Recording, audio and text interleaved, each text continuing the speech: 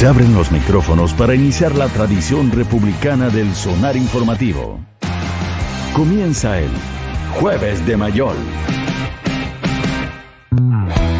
Son las 7:43. Estamos de regreso en este sonar informativo y ya estamos con Alberto Mayol en la tradición republicana de los jueves, aunque sean jueves santo, acá son jueves santos republicanos. Y Paris vaut bien à messe. París bien vale una misa. Aunque esté en España y no en Francia, señor Alberto Mayol. Buenos días. ¿Cómo está, Alberto? ¿Qué tal? ¿Qué tal, Pati? ¿Qué tal, Rafa? ¿Cómo están? Muy bien. Sí, pues aquí efectivamente con los niños en casa, porque la Semana Santa aquí es importante. Sí. Sí, de hecho, ¿cómo lo están viviendo allá en el sentido de las restricciones que se van a aplicar para Semana Santa? ¿O más bien España va a ser un lugar donde se va a permitir la llegada de turistas? No, a ver, lo que pasa es que hay distintas situaciones. Madrid está mucho más complicado, ha tenido peores números, qué sé yo. Valencia es una ciudad muy pequeña, son 800.000 habitantes, con una infraestructura bastante buena, en general aglomeraciones y cosas así, hay muy poca, por lo tanto, contagios ha sido muy poco, muy poco. Y en ese contexto hubo un mes malo, enero, ¿ya? Un poquito de febrero, pero fue lo único que estuvo más difícil y se pusieron, pero el resto del tiempo la gente está bastante relajada en Valencia y de hecho sí están permitiendo. Hay un cierre perimetral respecto al resto de España, que claramente no se ha cumplido mucho porque ayer estaba lleno de autos y la ciudad aquí normalmente no tiene muy poco tráfico. Pero evidentemente, de hecho, se hizo muy conocido porque salió una foto de Marcelo, el jugador del Real Madrid, en Valencia con sus hijos, la subió a Instagram, no tengo idea dónde, y la cosa es que quedó la escoba porque quedó en evidencia que el cierre perimetral no había funcionado. Claro. Entonces, un cierre perimetral a la chilena.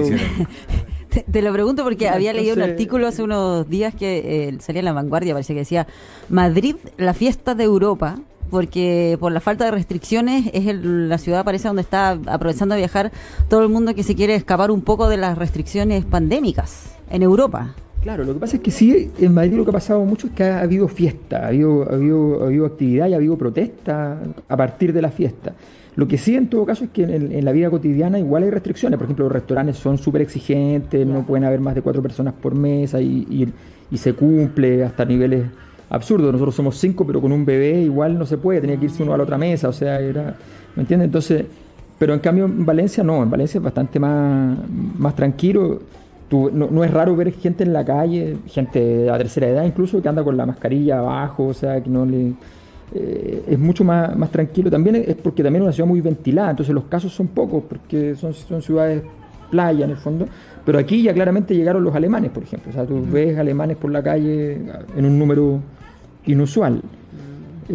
Así es que no, sí, yo creo que, y de hecho, como les decía, Valencia es siempre ciudad que en estas fechas se llena, y no sé cómo será el estándar, porque nunca he estado en Semana Santa en Valencia en épocas normales, pero claramente ayer a nosotros nos sorprendió en la calle que era el doble.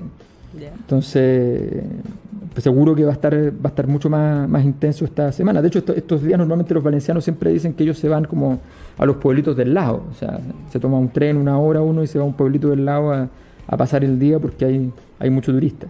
Claro. Apestoso turista. Exacto. Que deja recursos, pero bueno, sí. no por ello hay que aguantarlo.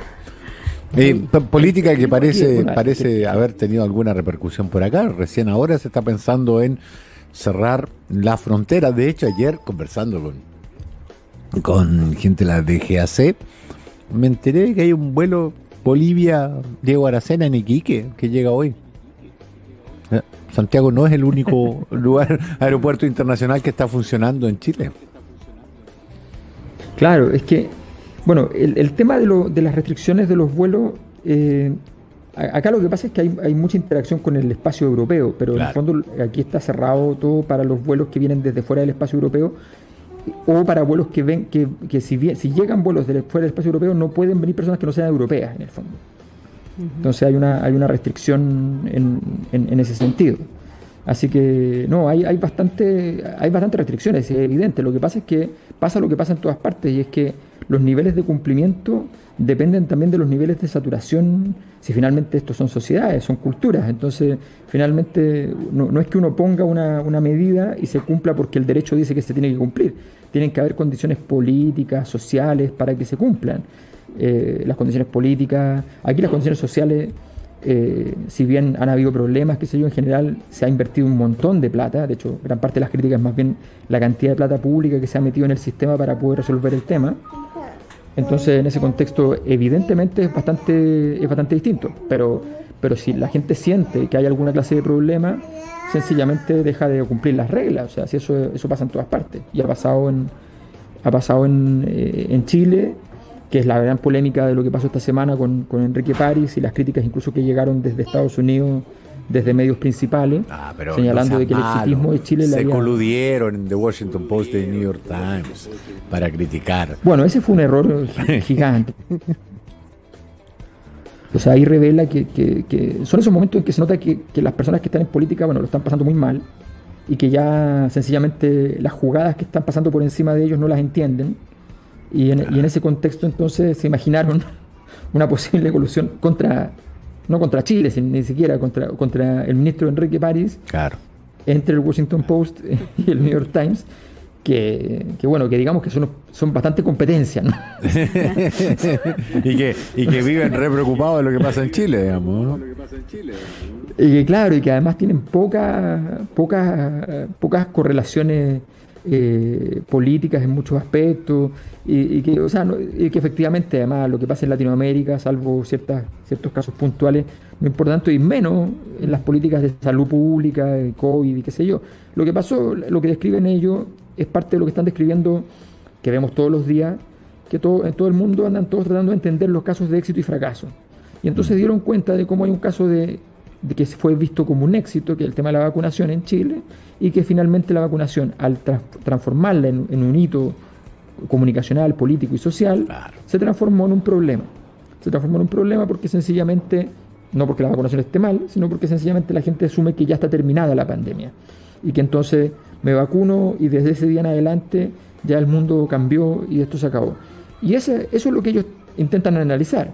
El ministro se lo toma a la personal, lo que revela la magnitud de los problemas que está teniendo, y asume que entonces fue una cosa que curiosamente coincidió esta situación. La paranoia, creo que siempre hay que saberlo, en política igual sirve un poco, ayuda a andar atento, pero en exceso sencillamente te hunde.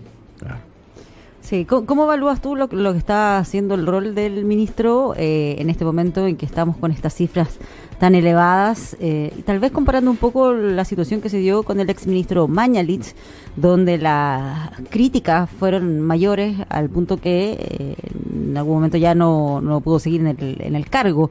¿Cómo ves tú lo que está pasando en este momento con quien está ahí a cargo de la estrategia sanitaria?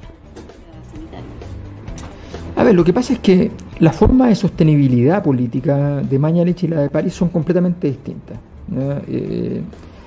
París es un tipo que lo que él tenía para ofrecerle al gobierno era un cierto poder dentro del colegio médico.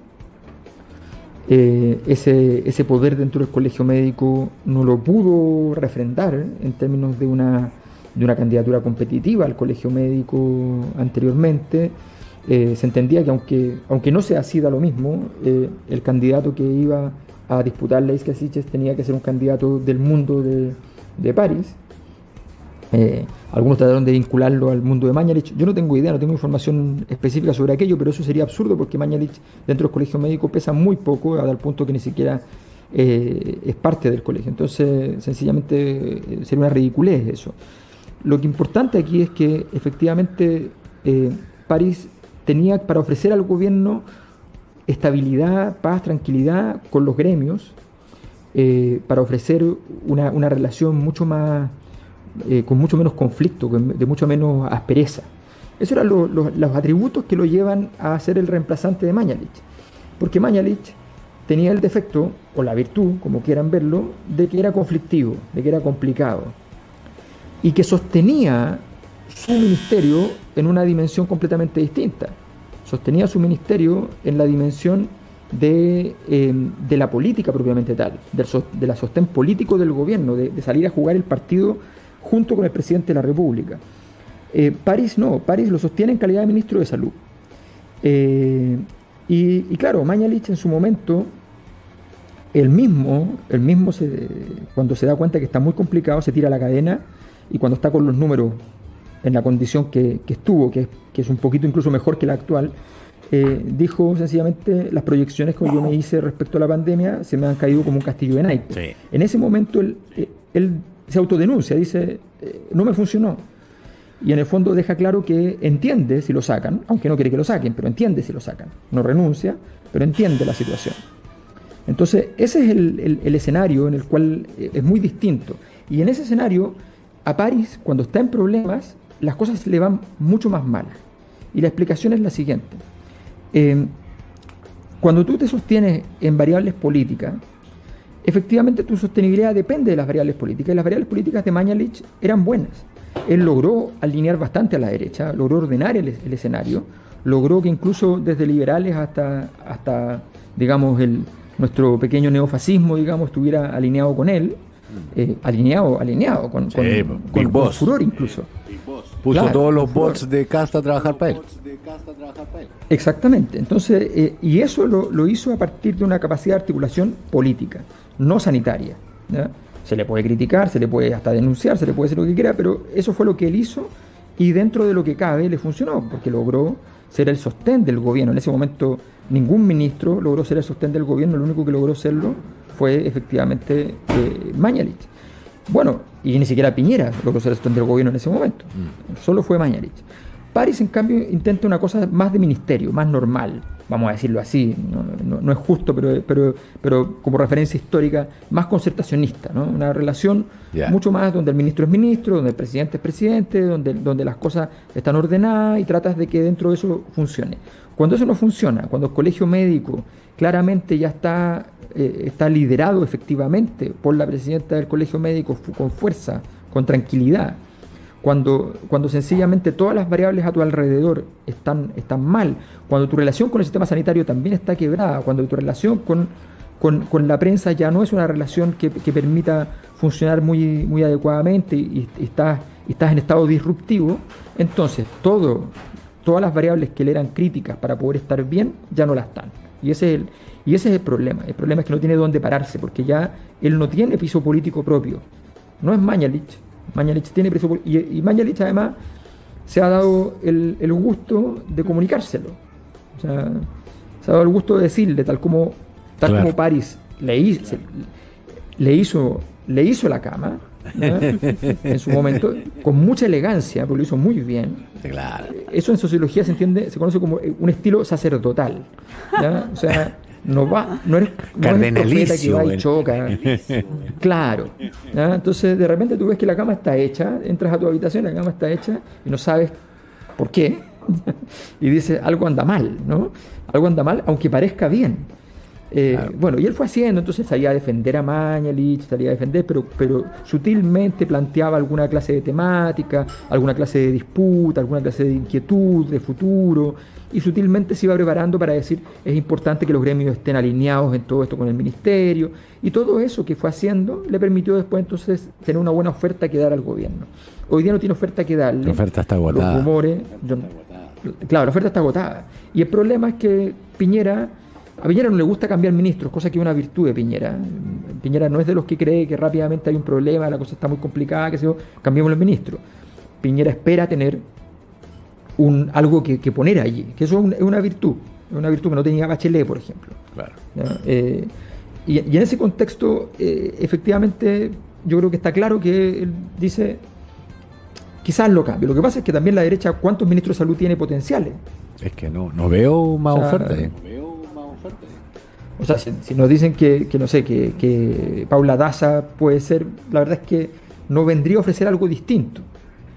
No tiene un perfil propio que uno diga... Salvo una capacidad de inmolarse fuera de lo corriente. Digamos. Y además es que ha estado durante todo este periodo, tal vez, claro, es como una señal de continuidad, pero no sé si ella genera resistencia en la gente. No sé cuál es la evaluación que habrá sobre ella.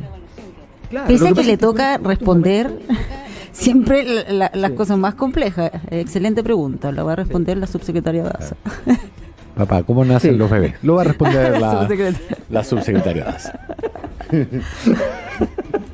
Sí, no, yo creo que efectivamente, o sea, ella daría una señal de continuidad, pero es una señal de continuidad que no plantea traer un nombre que de alguna manera en sí mismo vertebre un poco y le dote de legitimidad al ministerio. ¿Ya? En su momento, no funcionó, pero en su momento la concertación llevó el ministro a Osvaldo Artaza, que había sacado, tenía varios casos, varios hitos importantes en su historia médica, famoso. ¿Ya? Entonces, en ese momento tú llevas un carismático que de alguna manera podría resolverte el entuerto o al menos hacerte ganar tiempo.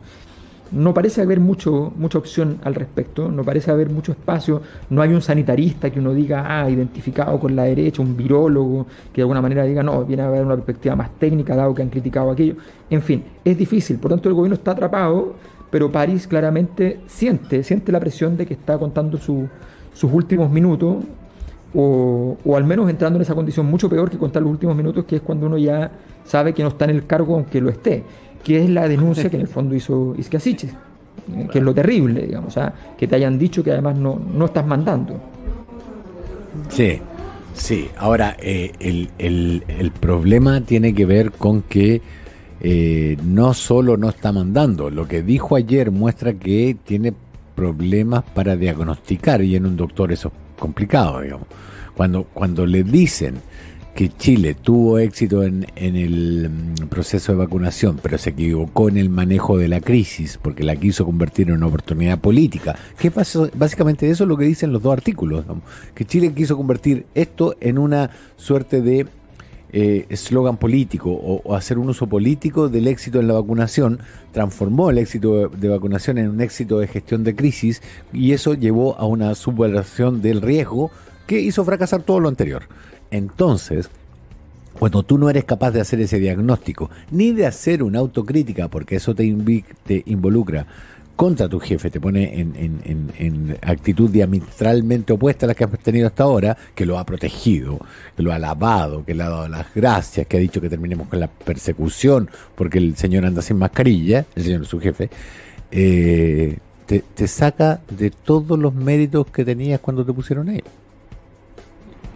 Claro, lo que pasa es que lo que tú dices es muy cierto. Efectivamente, París jugó un juego que tiene una posibilidad cierta en la medida en que efectivamente y el gobierno tomó una decisión, además, una decisión que yo creo que siempre fue equivocada y que nunca ha dejado de mantener, que es una característica de este gobierno, que la misma piedra es el lugar que más les agrada pasar de nuevo por allí. O sea, efectivamente el gobierno va y toma la decisión de el coronavirus sí nos puede sacar del estallido.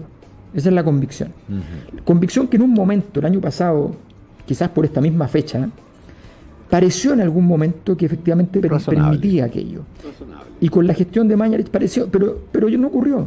Y ya ha habido como 3 o 4 oportunidades en que sencillamente baja un poco el coronavirus y la conflictividad social de Chile a partir del estallido, como símbolo de una conflictividad que es previa en términos sociales, ya sigue apareciendo. Entonces, eso no funciona. Pero ese regulador, ese modulador que pensaban que puede ser el coronavirus, no lo es. Claro. Y al contrario, a estas alturas ya el coronavirus pasó a ser parte del escenario político social. O sea, ya pasó a ser parte, desde el tema del 10% de la AFP, pasó a ser parte del asunto. Y ahora la gente va a empezar a decirle al gobierno, oiga, pero si yo me tuve que gastar mi plata, no me diga que yo fui feliz a sacar mi plata, porque usted no me dio plata y entonces yo fui a sacar mi plata. Entonces también va a tener la culpa el gobierno de algo que no quería hacer. Claro. Y eso, así es la política, así funciona, y es verdad, además, es lo correcto, es que correcto, funciona así, es lo que corresponde. Eso el gobierno lo tiene sin juego. Entonces, ya se gastó las fichas del coronavirus y no tiene más fichas. ¿Cuál es la otra oferta que el gobierno puede hacer para poder afrontar la dificultad política que tiene? Entonces, enredándose el tema del coronavirus, enredándose el triunfo de las vacunas, es muy complejo. Quizás en 5 meses más pueda decir algo, ¿no? Uno se puede imaginar que en 5 meses más todavía América Latina va a estar muy lejos de haber tenido vacunación íntegra. Varios países de Europa, aunque yo creo que se va a quebrar ese cerco, porque ya Austria lo quebró, pero Europa se negó, recordemos, a aceptar vacunas rusas y Chile, por tanto están muy atrasados en el proceso. Claro. Entonces, Y si Chile no hubiese tenido la China, llevaría una cantidad de cientos de miles, no de millones. Claro. Entonces, es una diferencia enorme. Bueno, en ese contexto, evidentemente, Chile va a encontrarse en una situación que eventualmente puede ser mejor de aquí a 5 meses respecto a América Latina. Y tal vez allí el gobierno pueda decir, mire, ¿sabe qué? Aquí se nota lo que se logró. Pero la pregunta es, en 5 meses más, en el principio, ¿va a servir de algo? O sea, claro, pero estamos justo en el tiempo, pero te quiero hacer esta pregunta de todas maneras.